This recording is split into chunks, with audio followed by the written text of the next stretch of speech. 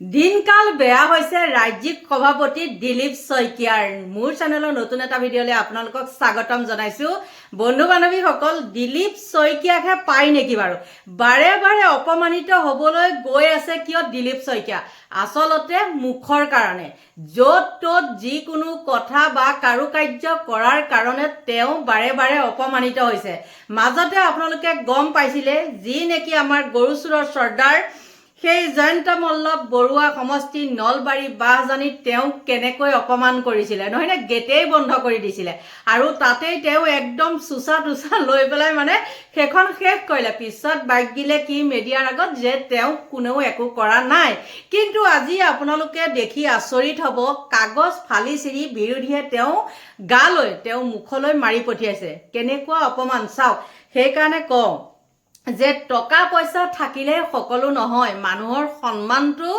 বেলেগ বস্তু আৰু তেওঁই এই দিলীপ শইকীয়াই কেদিনমানৰ আগতে অখিল গগৈক এনেকুৱা ধৰণৰ কিছুমান মানে কথা কয় যিবিলাক নেকি যোন দলৰে নহওক তেনেকুৱা কথা ক'লে সহ্য নহয় হয় না নহয় কিন্তু এইজন দিলীপ শইকীয়াই যি ধৰণে অখিল গগৈক কথা কৈছিলে ঠিকে আছে অখিল গগৈ মিয়া সাপোৰ্টাৰ মানি লৈছো মই দেই কিন্তু অখিল গগৈও কিন্তু আজিলৈকে এনেকুৱা অপমান পোৱা নাই আৰু এজনে এনেকুৱা অপমান পাইছে কি কাৰণে অপমান পাইছে নিশ্চয় কিবা কাৰণ থাকিব লাগিব এনে মানুহে মানুহক বাৰু অপমান কৰেনে কেতিয়াও নকৰে গতিকে সাৱধান কিন্তু দিলীপ শইকীয়া দুবাৰ হৈ গ'ল আৰু কি হৈছে সেইটোতো বাৰু নাজানো কিন্তু নিজ চকুৰে দেখা আমি মিডিয়াত দেখা আৰু মিডিয়াইটো আপোনালোকে সকলোৱে গম পায় আজিকালি প্ৰায়বিলাক চেনেলে কি হয় মানে যাৰ চৰকাৰ তাৰ আণ্ডাৰতে থাকে নহয় জানো বিশেষতে তেওঁলোকৰ টকা পইচা বেছি আৰু মিডিয়া সকলোতো গম পায় আৰুতো আপোনালোকক কি বুজাই কম কম হয় না নহয় ভুলেই হৈ গৈছেগে দেই কিন্তু বন্ধু বান্ধৱীসকল সঁচাকৈ আচৰিত আজি যি ধৰণে তেওঁ সেইটো অপমান কৰিছে সেইটো কিন্তু একেবাৰে গ্ৰহণযোগ্য নহয় আচলতে কি জানে আৰ্জিলে ফল ভোন জিবলৈ পায় কিয় ক'লো সেই কথাটো তেওঁলোকে ইমান মানে মূৰত উঠিছেগে মূৰত মানে অতিক্ৰম কৰিছে অকল এইবাৰ তেওঁলোকৰ টাৰ্গেট মিয়াৰ নামটো তেওঁলোকৰ মুখৰ পৰা নাযায় আৰু বহুত কাহিনী আছে চাগৈ মানুহ অতিষ্ঠ হৈছে বিৰোধী দলেই হওক বা যোনেই নহওক তেওঁলোকৰ নিজৰ দলত থকা মানুহ এইবিলাক ভাল নাপায় কিন্তু মানে নিজৰ স্বাৰ্থৰ খাতিৰত মাত নামাতে গতিকে বন্ধু বান্ধৱীসকল এনে এজন মানুহ সকলোৱে ভাবিছিলে যে তেওঁ এজন ভাল মানুহ পিছতহে গম পোৱা গৈছে তেওঁ ক্ৰুকৃতি গৰুকিটাও তেওঁৰ পৰা সাৰি নাযায় আৰু চৰকাৰী মাটিত অট্টালিকা বনাই পেলাই কি কৰিছে তেওঁ মানে নিজকে নিজে একদম বৰ মতা দেখায় গতিকে আজি কেনেধৰণে পাই গ'ল সঁচাকৈ লাজেই লাগিছে আমাৰে লাজ লাগিছে বাহজানীতটো সেইটো মলুৱাই কৰিলেই আৰু তেওঁ কেইবাৰ দিলে ভাল মতে ধুলাই আৰু তেতিয়া কিন্তু তেওঁ চেহেৰাটো চাবলৈ একদম বৰ বেলেগ হৈ গৈছিলে ৰূপেই সলনি হৈ গৈছিলে বন্ধু বান্ধৱীসকল মচিয়াত এইবাৰ অপমানিত হৈছে অপমান কৰা হৈছে অসম ৰাজ্যিক বিজেপিৰ সভাপতি দিলীপ শইকীয়াক সাংসদ দিলীপ শইকীয়াক এবাৰ অপমান কৰিছে বিৰোধীয়ে অধ্যক্ষৰ আসনত থকা দিলীপ শইকীয়াক অপমানিত কৰা হৈছে 8 গৰাকীকৈ সাংসদক আৰু তাৰ পাছতে নিলম্বন কৰা হ'ল বৰ্তমান মুহূৰ্তত কি পৰিস্থিতি বিৰাজ কৰিছে প্ৰতিটো তথ্য আমি শেহতীয়া ৰূপত লৈ আহিছো সদনৰ মজিয়াত এইবাৰ অপমানিত হ'ল সাংসদ দিলীপ শইকীয়া অধ্যক্ষৰ আসনত বহি থকা দিলীপ শইকীয়ালৈ কাগজ দলিয়াই অপমান সদনৰ মৰ্যাদা ভংগ কৰি বিৰোধীৰ লজ্জাজনক কাণ্ড অধ্যক্ষৰ ওপৰত কাগজ দলিওৱাৰ অপৰাধত 8জনকৈ সাংসদক নিলম্বন কৰা হৈছে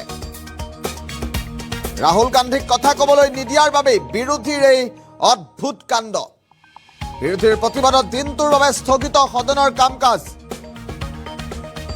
অধ্যক্ষক অপমান কৰি নিলম্বিত হৈছে সাংসদ দিন কুৰেকিছিয়া কিৰণ ৰেড্ডী অমৰিন্দৰ সিং ৰাজাৱাৰীত মণিকাম ঠাকুৰ গুৰুজিত আউজালা হিবি ইডেন ভেংকটৰমন আৰু প্ৰশান্ত পুদ্দেল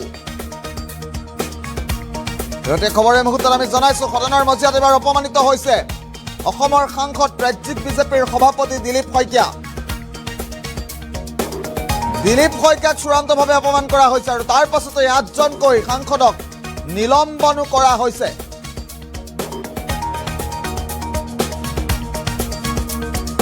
আৰু 8জনকৈ সাংসদক তাৰ পাছত নিলম্বন কৰা হৈছে। আমি শেহতীয়া খবৰ এই মুহূৰ্তত জনাইছো অধ্যক্ষৰ আসনত আছিল অসমৰ সাংসদ ৰাজ্যিক বিজেপিৰ সভাপতি দিলীপ শইকীয়া। আৰু দিলীপ শইকীয়াক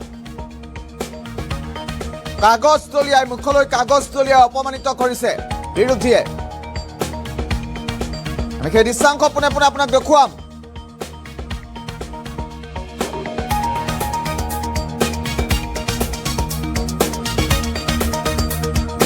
बोलिए कौन बोला है? अरविंदर सिंह। अरविंद सिंह जी वारिस।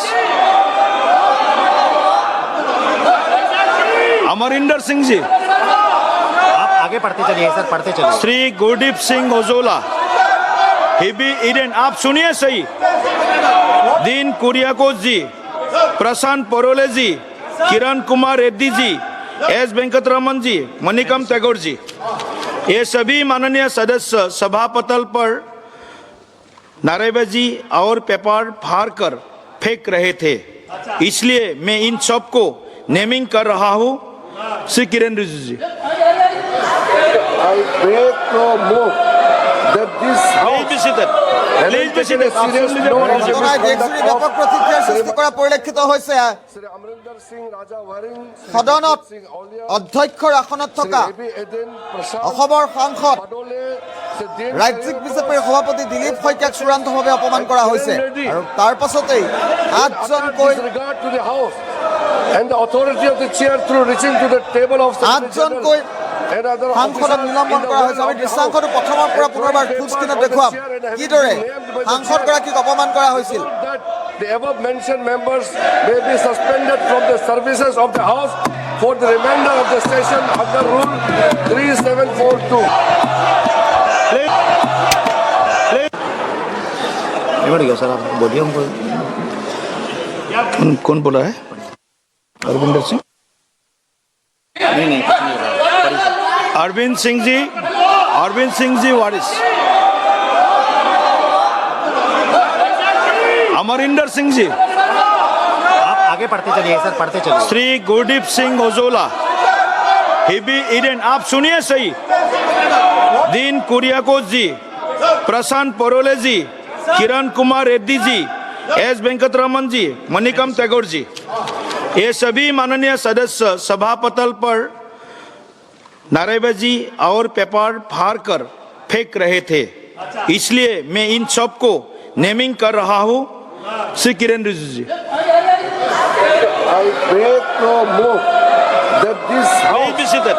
Please be taken a seated. serious note of the misconduct of Sri Manikam Tagore, Sri Amrinder Singh Raja Waring, Sri Gurjit Singh Aulia, Sri A.B. Eden, Prashant Padole, Sri Dean Kuryakos, S. Venkatesh, and Kiran Reddy in utter disregard to the house and the authority of the chair through reaching to the table of Secretary General and other officers in the well of the house and throwing papers on the chair and having been named by the chair, resolved that the above mentioned members may be suspended from the services of the house for the remainder of the session under rule 3742.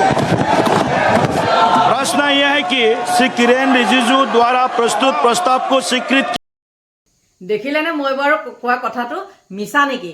তেওঁ ৰূপেই change হৈ গৈছিলে। আচলতে কি জানে, ওপৰলৈ থুই পেলালে নিজৰ গাতে পৰে। অখিল গগৈক কিন্তু আজিলৈকে তেনেকৈ কোনেও কোৱা নাই দেই। গতিকে বন্ধু বান্ধৱীসকল, তেওঁ এতিয়া বাৰু লাজ পাইছেনে নাই? আমাৰ কিন্তু লাজ লাগিছে। আৰু এই ভিডিঅ'টো নবনোৱাকৈও থাকিব পাৰিলোঁ হয়, কিন্তু বনাব লাগিবই। কাৰণ কি, এইজনে হোৱাই নহয়, এইজনে বুলিয়ে নহয়, মানে বিজেপি গোটেই দলটোৱে কি কৰে, অখিল গগৈক থকা সৰকা কৰে। আৰু সেইকাৰণে অখিল গগৈক ইমান থকা সৰকা কৰাৰ পিছতো কোনো জনসাধাৰণে কিন্তু তেওঁক কেনেকুৱা কৰা নাই, বা মন্ত্ৰী MLA তেওঁক দেখিছে নহয়, বিধানসভাই হওক বা হেৰিয়ে হওক, অধিৱেশনবিলাকত তেওঁ যি ধৰণে কথা কয়, তেওঁক তেনেকুৱা কৰিছে নেকি? এই যিজন অধ্যক্ষ, সেইজনটো আৰু জানেই, আৰু মানে পাতি থৈছে, গছৰ মুহা এটা অধ্যক্ষ পাতি থৈছে, সেইজনেহে অখিল গগৈক নিলম্বিত কৰি থাকে। গতিকে বন্ধু বান্ধৱীসকল, এইখিনিয়ে আছিলে মোৰ ক'বলগীয়া। গতিকে লোকক হাঁহিবলৈ চাওঁতে নিজৰ ফালেও এবাৰ চাব লাগে। এতিয়া আপোনালোকৰ পৰা লৈছোঁ বিদায়। Bye bye.